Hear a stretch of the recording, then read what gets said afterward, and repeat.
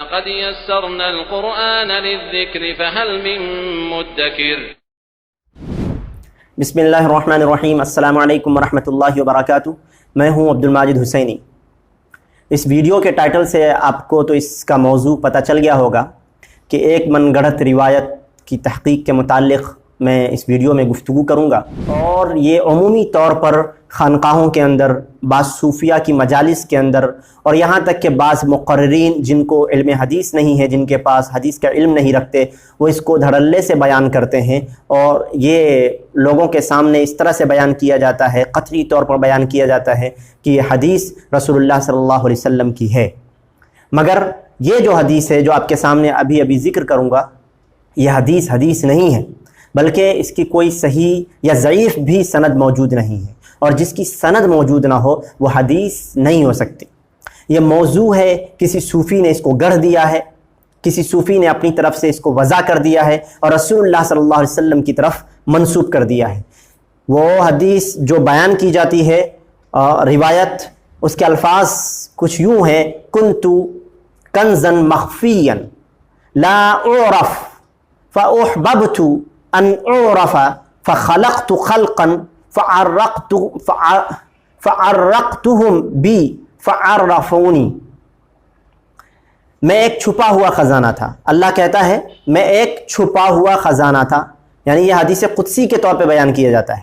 میں ایک چھپا ہوا خزانہ تھا، پہچانا نہیں جاتا تھا، میں نے پسند کیا کہ پہچانا جاؤں. یعنی اللہ کہتا ہے کہ میں نے پسند کیا کہ میں پہچانا جاؤں، سو میں نے مخلوق کو پیدا کیا، میں نے انہیں اپنا تعارف کروایا تو انہوں نے مجھے پہچان لیا.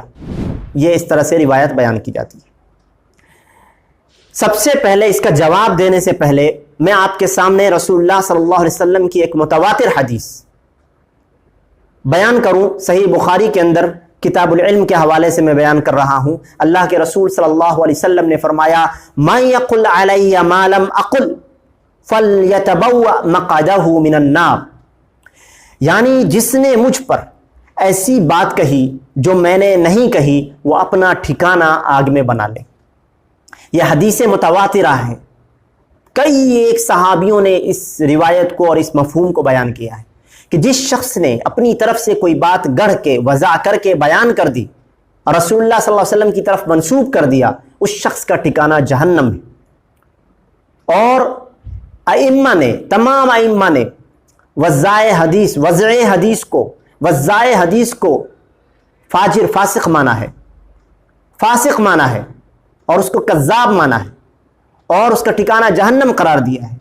اور یہاں تک کہ یہ جو عمل ہے، یعنی حدیث کو رسول اللہ صلی اللہ علیہ وسلم کی طرف گڑھ کر منسوب کرنا، یعنی کسی بات کو گڑھ کے حدیث بنانا، یہ کبیرہ گناہوں میں سے ایک بڑا گناہ ہے. کبیرہ گناہوں میں سے ایک بڑا گناہ ہے. اسی طرح کی روایت ہے یہ: کنت کنزا مخفیا لا اعرف فاحببت ان اعرف فخلقت خلقا فعرقتهم بی فعرفونی. یہ روایت، یعنی میں چھپا ہوا خزانہ تھا، یہ اسی کیٹیگری میں سے ہے. یہ موضوع ہے، یہ گڑھی ہوئی ہے. کسی شخص نے، کسی صوفی نے اس کو گڑھ کے عوام میں پھیلا دیا، اور اس کے بعد یکے بعد دیگرے لوگ اس کو بیان کرتے چلے آ رہے ہیں. لہٰذا اس روایت کے متعلق مجموع الفتاوی میں امام ابن تیمیہ رحمۃ اللہ علیہ فرماتے ہیں: لیس من کلام النبی صلی اللہ علیہ وسلم ولا يعرف له سند صحیح ولا ضعیف. یعنی یہ رسول اللہ صلی اللہ علیہ وسلم کے کلام میں سے نہیں ہے، یعنی رسول اللہ صلی اللہ علیہ وسلم کی حدیث نہیں ہے، اور اس کی صحیح یا ضعیف کوئی سند معروف نہیں. اور اسی طرح سے جتنے بھی ائمہ نے اس روایت کو نقل کیا، اس کے بعد یہی بات فرمائی ہے کہ اس کی کوئی نہ صحیح نہ ضعیف کوئی سند موجود نہیں ہے. معلوم ہوا کہ یہ روایت من گڑھت ہے اور صوفیوں کی وضع کردہ روایت ہے. بعض صوفیوں نے گڑھ دیا ہے، لیکن ملا علی قاری حنفی رحمۃ اللہ علیہ انہوں نے اس حدیث کو ضعیف تو قرار دیا، لیکن اس کے مفہوم کو صحیح سمجھا ہے. اور کس معنی میں صحیح سمجھا ہے؟ صحیح قرار دینے کی کوشش کی ہے. اور انہوں نے سورہ زاریات کی آیت نمبر 56 جو ہے، جس میں اللہ تعالیٰ فرماتا ہے: وَمَا خَلَقْتُ الْجِنَّ وَالْإِنسَ إِلَّا لِيَعْبُدُونَ. یعنی جناتوں اور انسانوں کو اس لیے پیدا کیا کہ وہ میری عبادت کرے. کو یعبدون کا ترجمہ انہوں نے کیا یعرفون. تاکہ وہ مجھے پہچان لے۔ اور اس تفسیر کو عبداللہ ابن عباس رضی اللہ تعالیٰ عنہ کی طرف منسوب کیا ہے، لیکن حضرت عبداللہ ابن عباس رضی اللہ تعالیٰ عنہ کی طرف منسوب کرنے سے صرف کام نہیں چلنے والا ہے، کیونکہ اگر منسوب کیا جا رہا ہے کہ عبداللہ ابن عباس رضی اللہ تعالیٰ عنہ کی تفسیر ہے تو اس کی سند درکار ہے۔ جب صحیح سند مل جائے گی تب یعبدون کو یعرفون سمجھا جائے گا، ادروائز نہیں سمجھا جائے گا۔ لہٰذا یہ بلا وجہ کی بات ہے، بلا وجہ کی بات ہے۔ یہاں پر عبداللہ ابن عباس رضی اللہ تعالیٰ عنہ کی کسی بھی صحیح سند سے یہ تفسیر موجود نہیں ہے۔ پتہ یہ چلا کہ یہ جو روایت ہے یہ من گڑت روایت ہے، موضوع روایت ہے، اور اس کی کوئی حقیقت نہیں ہے۔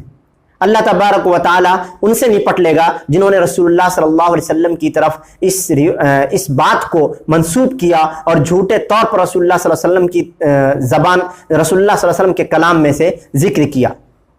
اللہ تبارک و تعالیٰ نے قرآن کریم کے اندر اپنے صفات کو ذکر فرمایا ہے، اور وہ عزت و جلال والا، وہ کیسے کنز مخفی یعنی کہ چھپا ہوا خزانہ اپنے آپ کو کہہ سکتا ہے۔ لہذا قرآن کریم کی جو آیتیں ہیں، رسول اللہ صلی اللہ علیہ وسلم نے جو اللہ تبارک و تعالیٰ کی صفات کو ذکر فرمایا ہے، قرآن کریم نے خود اللہ تعالیٰ کی صفات کو ذکر فرمایا ہے، اس کے بالکل معارض ہے۔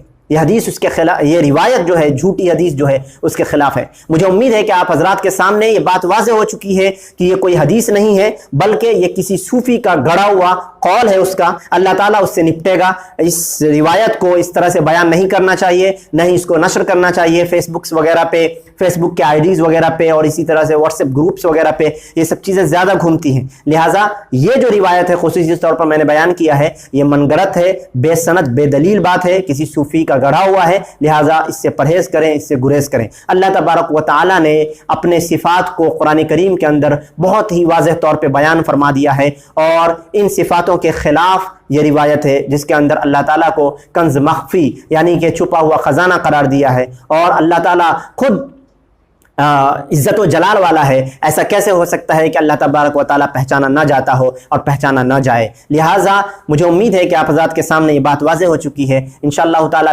پھر ملتے ہیں ایک نئے ویڈیو کے ساتھ، ایک نئے ٹاپک کے ساتھ۔ جب تک کے لیے اجازت چاہتا ہوں۔ السلام علیکم ورحمۃ اللہ وبرکاتہ۔ اخیراً میں یہ بات عرض کرنا چاہتا ہوں کہ اگر کسی بھی طرح کا کوئی سوال ہو تو کامنٹ ضرور کریں، انشاءاللہ تعالیٰ میں جواب دینے کی کوشش کروں گا۔ والسلام۔